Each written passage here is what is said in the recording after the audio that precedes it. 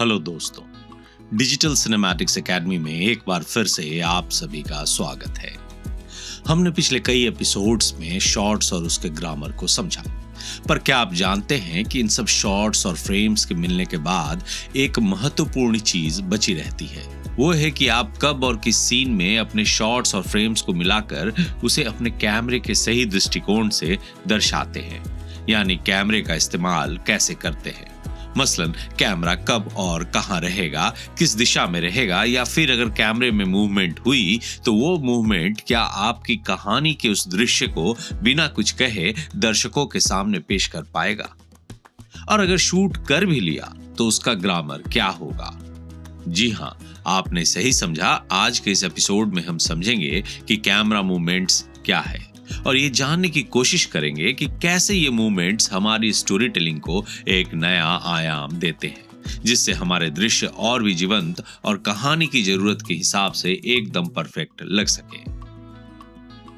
तो अब हम कैमरा मूवमेंट्स और उसके ग्रामर को समझें, उससे पहले प्लीज नीचे जाकर बेल आइकन को प्रेस कर दें और हमारे चैनल को सब्सक्राइब कर लें ताकि आपको हमारे अपडेट्स सही समय पर मिल सकें। और आपसे रिक्वेस्ट है कि इस वीडियो को अंत तक जरूर देखें, क्योंकि इस एपिसोड में बताई हर एक बात आपके फिल्म मेकिंग में काफी काम आने वाली है। तो चलिए दोस्तों, अब शुरू करते हैं। दोस्तों, फिल्म मेकिंग में कैमरा मूवमेंट्स स्टोरी टेलिंग का एक पावरफुल टूल होता है। ये मूवमेंट्स न सिर्फ विजुअल अपील बढ़ाते हैं बल्कि इमोशंस और नैरेटिव को भी इम्पैक्ट करते हैं। पर फिल्मों में कैमरा मूवमेंट्स की इतनी वेरिएशन होते हैं कि हर मूवमेंट्स की अपनी खुद की एक लैंग्वेज होती है और वो निश्चित उद्देश्य के साथ ही इस्तेमाल किए जाते हैं। एक ऐसा फिल्म मेकर जो इस लैंग्वेज को समझता है, वो अपने काम को और भी डायनामिक और आकर्षक बना लेता है।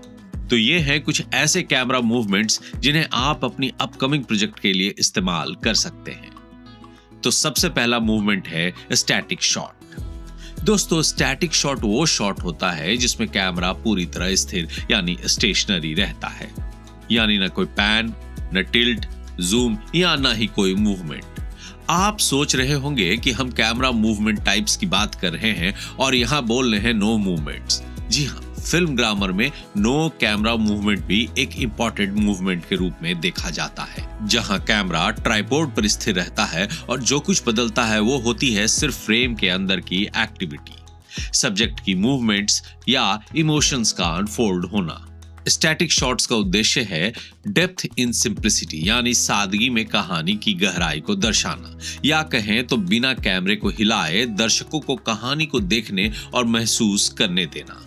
अब आप इसे कुछ ऐसे समझिए, अगर आप खुद पर ध्यान देंगे तो पाएंगे कि आपकी जिंदगी में भी कई ऐसे पल आए होंगे जब आप किसी गहरी सोच में हो और स्थिरता के साथ किसी भी एक दिशा में या किसी भी एक वस्तु को ऐसे देख रहे होते हैं जिसमें आप शून्य में चले जाते हैं, यानी उसका आपकी मनस्थिति से कोई लेना देना नहीं होता, जिसे देखकर आपसे कोई भी कह सकता है, अरे भाई कहाँ खोए हुए हो, या फिर आप उस विशेष वस्तु को देखकर आत्ममुग्ध होते हैं और उसे ही देखते रहते हैं, वो भी खोकर। मतलब आप बिल्कुल इस वर्तमान दुनिया से कट कर किसी और दुनिया में चले जाते हैं और यही वो पल है जहां जिंदगी रुकी सी लगती है, यानी स्टैटिक हो जाती है।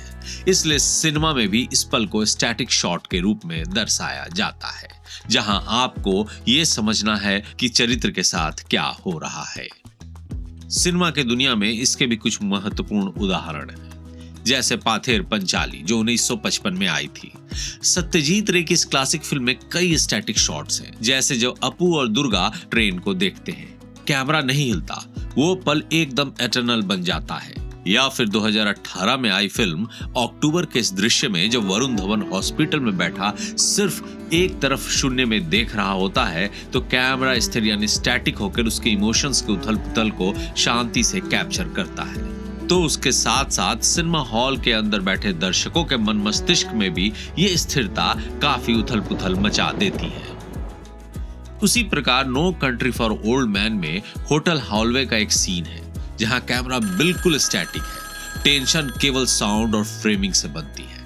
इसका अर्थ ये हुआ कि स्टैटिक शॉट दर्शकों को रुककर देखने की ताकत देता है। ये बताता है कि मोशन हमेशा मूवमेंट में ही नहीं, कभी-कभी ठहराव में भी होता है।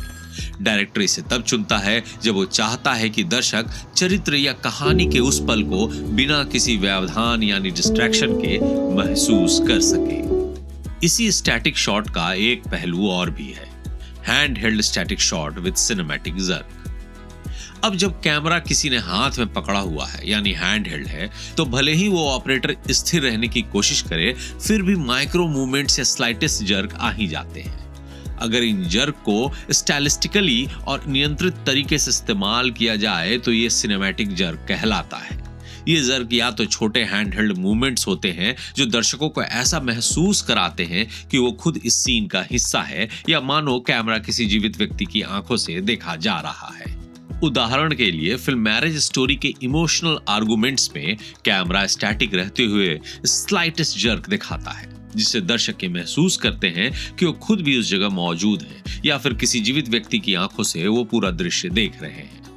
फिल्म गली बॉय में जब मुराद यानी रणवीर सिंह अपने पिता से टकराता है तो उन दृश्यों में कैमरा लगभग स्टैटिक रहता है, लेकिन हैंड हेल्ड। यहाँ कैमरा मानो मुराद की सांसों के साथ ऊपर नीचे कर रहा हो, पर उसकी बेचैनी, डर और आत्मविश्वास सब कैमरे की हलचल में झलकता है। इसके अलावा फिल्म द लंच बॉक्स में ईला और साजन के अकेलेपन वाले सारे दृश्यों में कैमरा स्टैटिक और हैंडहेल्ड रहता है। ऐसा लगता है जैसे कोई व्यक्ति पास बैठा चुपचाप उन दोनों को देख रहा है। ये ऑब्जर्वर लाइक सिनेमैटिक इंटीमेसी देता है। लेकिन इन सभी के अलावा स्टैटिक शॉट कई बार सीन को एस्टैब्लिश करने के लिए भी इस्तेमाल होता है, जैसे शहर को दिखाना या फिर किसी लैंडस्केप को दिखाना। यहाँ भी आपको परिवेश की पृष्ठभूमि से ही अवगत कराया जाता है। दूसरा है pan shot. Pan shot camera को हॉरिजॉन्टल लेफ्ट या राइट रोटेट करता है, मतलब दाएं से बाएं या फिर बाएं से दाएं, लेकिन उसकी लोकेशन फिक्स रहती है। इससे चरित्र के एक्शन फॉलो करने या इंफॉर्मेशन रिवील करने के लिए यूज किया जाता है। अब पैन दो प्रकार के होते हैं, पहला स्लो पैन और दूसरा फास्ट पैन। चलिए दोनों को समझते हैं और उनके उदाहरण को देखते हैं। स्लो पैन, जब कैमरा बहुत धीरे धीरे एक दिशा से दूसरी दिशा की ओर घूमता है, आमतौर पर बाएं से दाएं या दाएं से बाएं, तो उसे स्लो पैन शॉट कहा जाता है। इसमें कैमरा अपनी जगह स्थिर रहता है, लेकिन लेंस का मूवमेंट स्मूथ और कंट्रोल्ड रहता है, जिससे दर्शक दृश्य के हर हिस्से को आराम से महसूस कर सकें। इसका इस्तेमाल आमतौर पर टेंशन, इमोशन, ब्यूटी या सस्पेंस रिवेल करने के लिए किया जाता है। उदाहरण के तौर पर स्वदेश में मोहन भार्गव जब गांव के जीवन को देखता है तो कैमरा धीरे धीरे पैन होकर हर छोटे बड़े पहलू को दिखाता है, जैसे गांव का मंदिर, बच्चे, महिलाएं या खेत। यहाँ निर्देशक नॉस्टैल्जिया और बिलोंगिंगनेस को दर्शाना चाहता है। उसी तरह अल्फ्रेड हिचकॉक की साइको में जब कैमरा धीरे धीरे बेट्स मोटन की ओर पैन करता है तो आप पाएंगे कि सस्पेंस खुद ब खुद बिल्डअप होता है, और ये सच है कि म्यूजिक का इसमें एक अहम रोल होता है। अब इसी का उल्टा है दूसरा पैन शॉट, जो है फास्ट पैन या whip pan.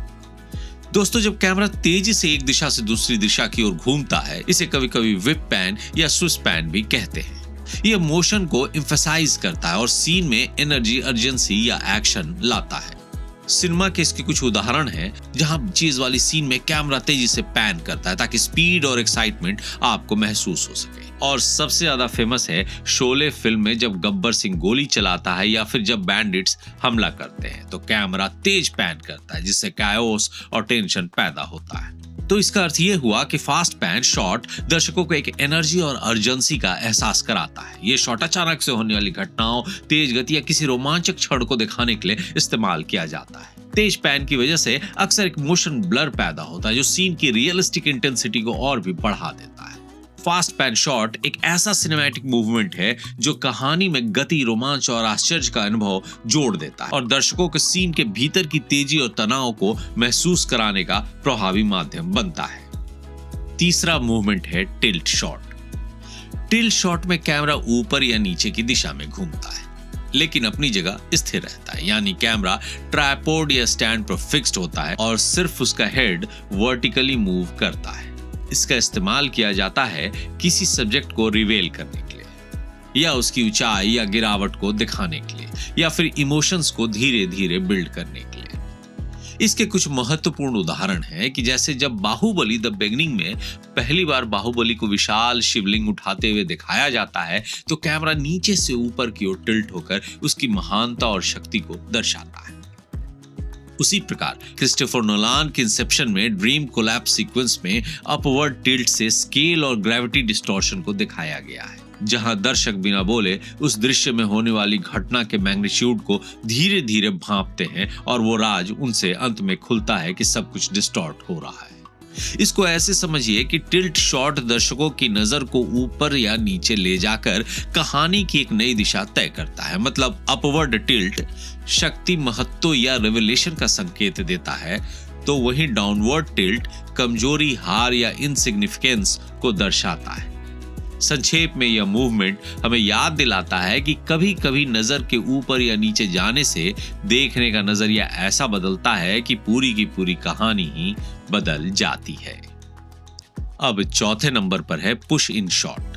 Push in short में कैमरा धीरे धीरे सब्जेक्ट के करीब आता है, यानी कैमरा फिजिकली आगे बढ़ता है, जूम नहीं करता।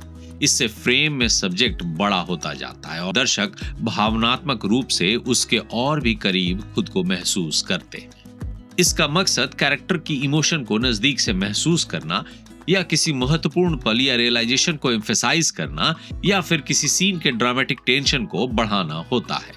उदाहरण के लिए तमाशा में जब वेद रणवीर कपूर को खुद की सच्चाई का एहसास होता है तो कैमरा धीरे धीरे उस पर पुश इन करता है और उसी प्रकार हम भी उसके उस आत्मबोध या कहे तो इनर अवेकिंग को खुद में महसूस करने लगते हैं। दृश्यम के क्लाइमेक्स को याद कीजिए, जब विजय सलगांवकर यानी अजय देवगन का सच सामने आने वाला होता है तो कैमरा पुश इन होता है, जिससे माहौल में टेंशन और इंटेंसिटी बढ़ती जाती है। तो अब तक तो आप समझ ही गए होंगे कि पुश इन शॉट का असली भाव है किसी इमोशन या ट्रुथ की ओर बढ़ना, यानी जब कैमरा आगे बढ़ता है तो दर्शकों को लगता है कि मानो कैरेक्टर की आंखों में उतर रहे हैं, उसकी सोच या दर्द को महसूस कर रहे हैं। दरअसल ये शॉट दर्शक और चरित्र के बीच की दूरी को मिटा देता है। वही क्षण सिनेमैटिक रूप से सबसे पर्सनल और पावरफुल बन जाता है। दोस्तों, पुश इन शॉट दर्शकों को कहता है कि आओ इस पल को सिर्फ देखो मत, महसूस भी करो। तो दोस्तों, ये थे फिल्म के कुछ कैमरा मूवमेंट। इसके अलावा 10 कैमरा मूवमेंट्स और हैं जिन्हें हम इसी सीरीज के अगले एपिसोड में लेकर आएंगे। तब तक आप इन मूवमेंट्स का इस्तेमाल आसानी से अपनी स्क्रिप्ट के अनुसार कर सकते हैं। तो चलिए दोस्तों, चलने का वक्त हो रहा है, पर चलने से पहले एक बार फिर आपसे रिक्वेस्ट है कि अगर आपको हमारा ये वीडियो पसंद आया तो प्लीज लाइक और सब्सक्राइब जरूर करें और प्लीज शेयर भी करें। हाँ, आप अपना सपोर्ट ऐसे ही बनाए रखें और हमारे साथ किसी भी टॉपिक पर अगर और भी कुछ जानना चाहते हैं तो हमारे कमेंट बॉक्स में उसे जल्दी से लिख भेजिए। हमारी पूरी कोशिश रहेगी कि उस पर कोई वीडियो लाने की। तो अब मिलते हैं अगले वीडियो में, तब तक के लिए हैप्पी फिल्मिंग एंड सायोनारा।